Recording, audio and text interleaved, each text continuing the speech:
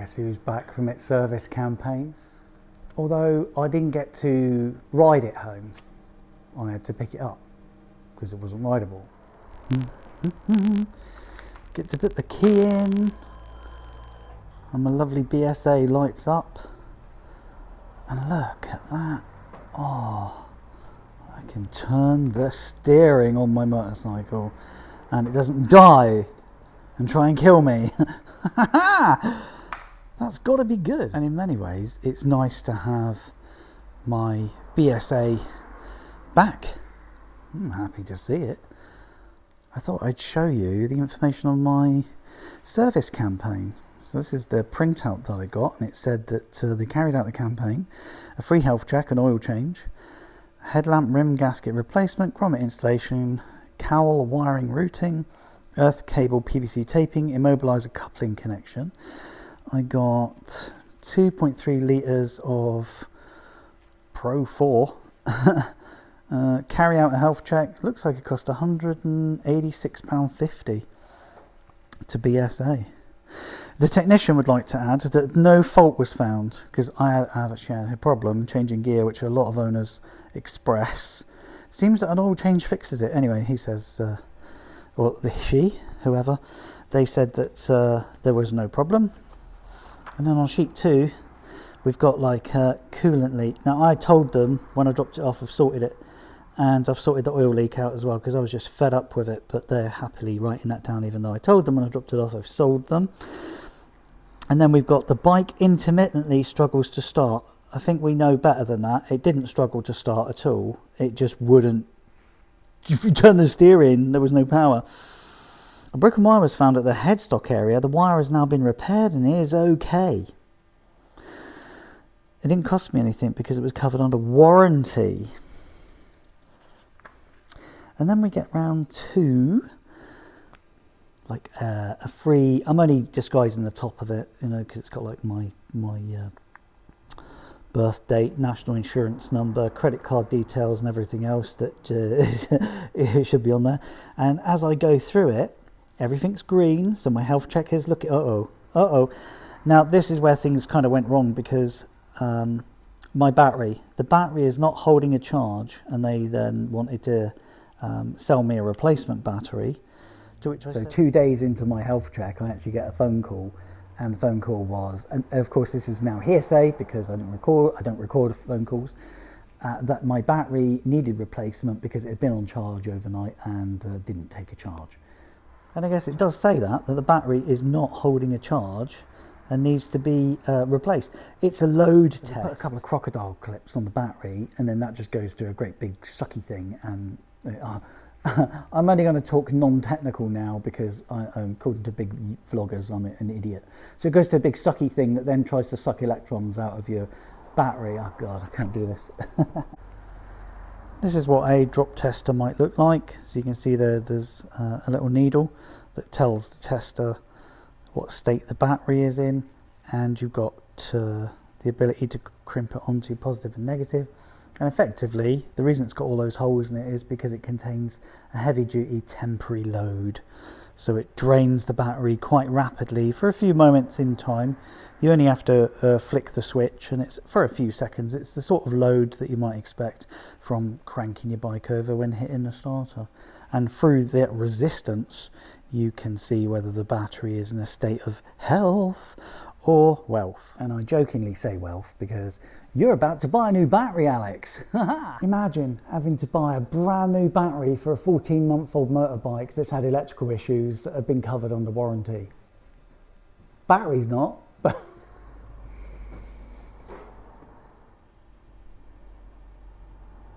Ain't it nice to see no oil leaks? Lovely, look at that. Just dirt. Ooh, yeah, I feel like a lucky boy. Before we pop the top, should we have a look at the brand new, all new and improved BSA Gold Star dipstick?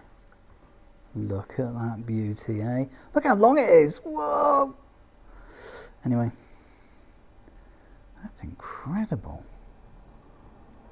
The craftsmanship alone. I love how it's got the words oil on it too. It makes me so happy. Get back in there, you. See off.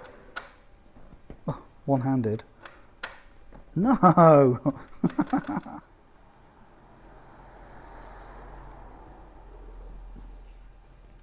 can't be the only BSA owner to do this.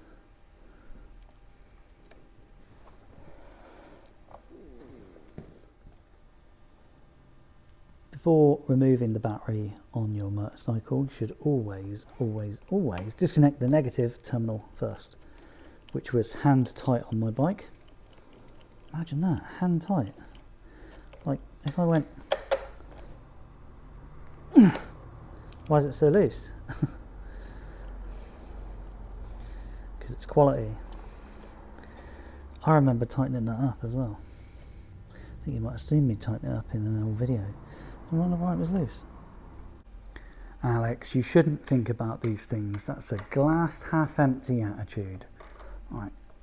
Oh, it's lovely and tight.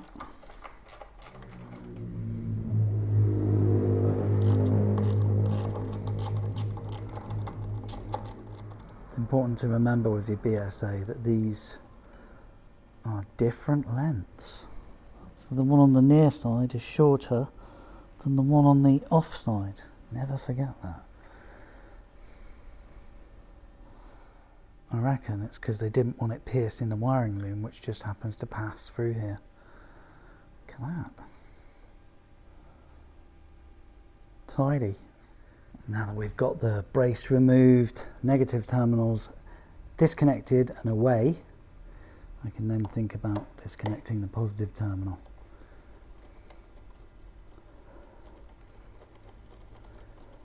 And we do this because we don't want to short circuit anything. Zoop.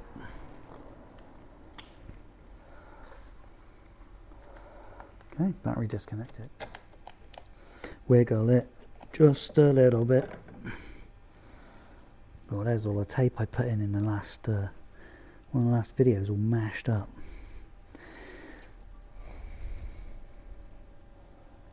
Poor battery, aren't you? And there it is, out of the BSA. So sorry it didn't last very long. I think, personally, that because the bike's had warrantable electrical issues, that you've been damaged because of that? Or is it a mix of the, what was on there before, that blooming tracker thing? Did a tracker hurt you and that's why you're not warranted? Or is this a common thing for BSA owners? Do we just swap our batteries out every 14 months? That's definitely going to get recycled or reused. I'm not in the mood for something like that to enter landfill. I was having a bit of dig around the motorcycle whilst I was just checking terminals and stuff. Is that normal?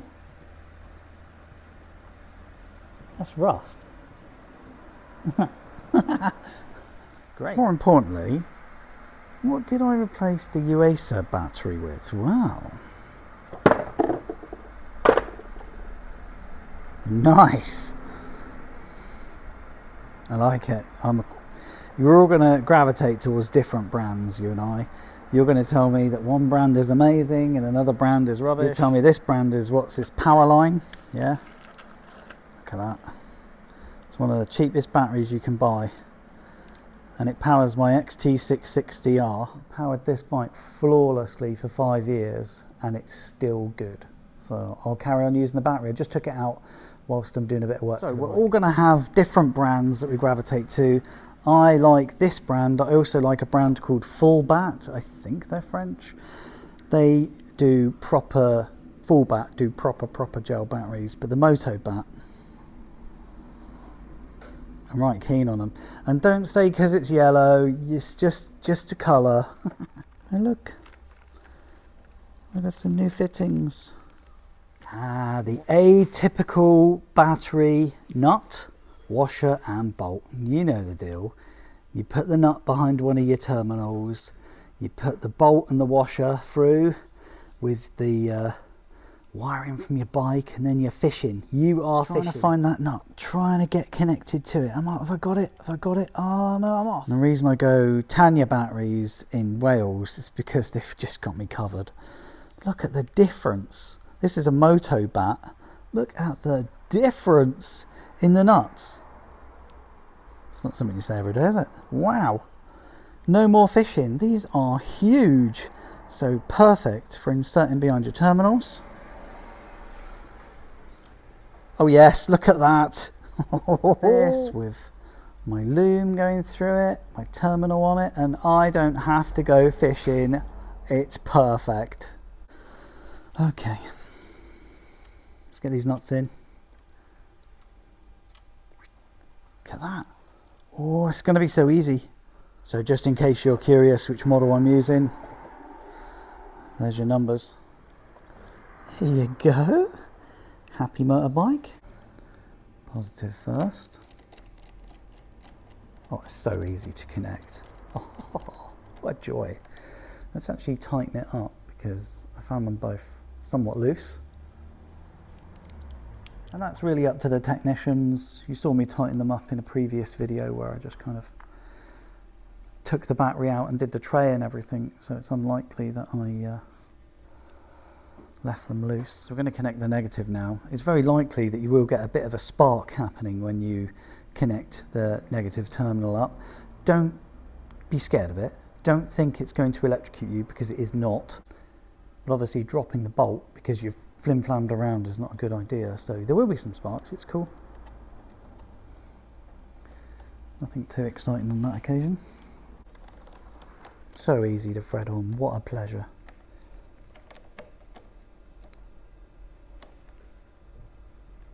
See that? That's how we do it. Not that it matters if that one's really covered up. Sweet. Would you like some fresh electrons? Go on, have a taste.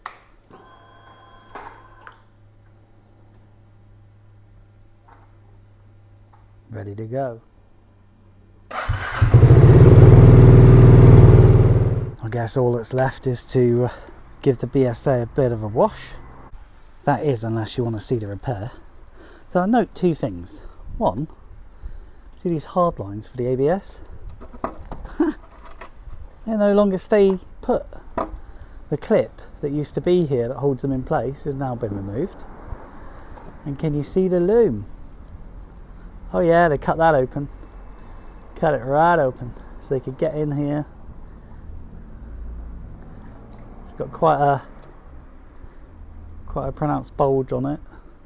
I hope in the future one of you is going to buy this motorbike from me and tell me that you're happy with a loom repair on a modern motorcycle. This is good.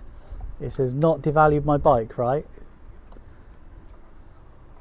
Of course it hasn't. No. Look at that. I don't know what it is. We're going to have a look at some point, aren't we? Look at that. Whoa. That's not devalued my bike, has it? You know it has. It's ruined it. I can only assume the unskilled hands that touched it were the people who built it. Anyway, thanks for watching. I'm sorry, it's a bit tongue-in-cheek, isn't it? This glass is not half full. There's a life. There you go. Is that enough cleaning? I'm done for the day. There are us coming out my frame. Tell you what, we'll wash it away with water. That'll stop it. Ah, beautiful.